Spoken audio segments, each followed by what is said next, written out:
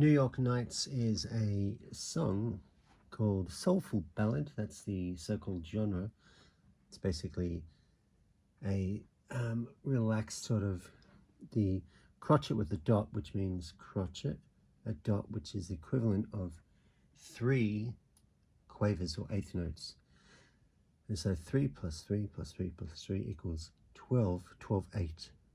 Top number is quantity, number below is the value or the thing, which in this case is an eighth note or a quaver. So there's 12 quavers in the bar.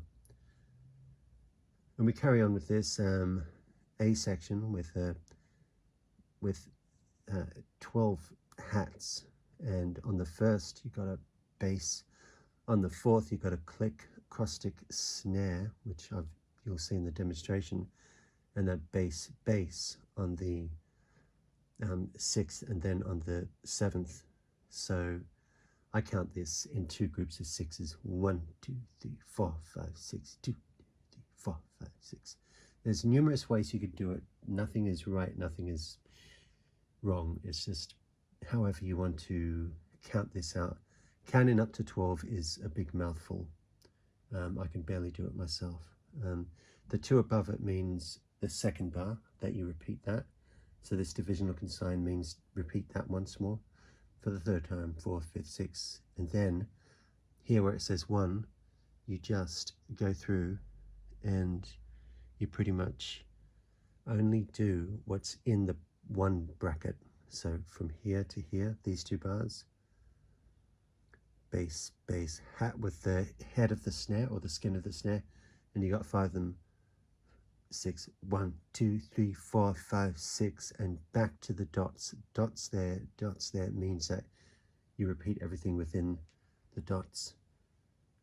Same thing, more of the same. Here you don't do 1, but you do, so it's 1, all of this, and then back all of this, not there, but you go 1, 2, 3, click, 5, 6, 1, 2, 3, snare on the skin, tom 1, floor, hat, bass, and then you sitting on the head of the snare, and you're going from MP, which means medium quiet, or mezza piano in Italian, to mezza forte, which means medium loud.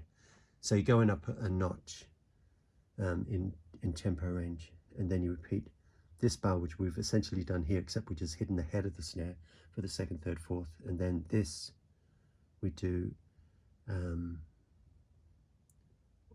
with a dip in tempo. This is a crescendo mark in these 2 lines. Dip down, get a little bit louder here.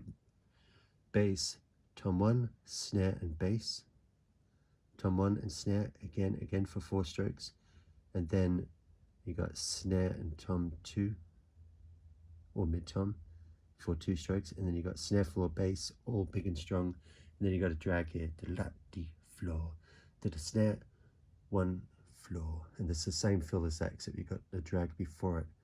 And over here you got crash bass for the first time, I think, yeah.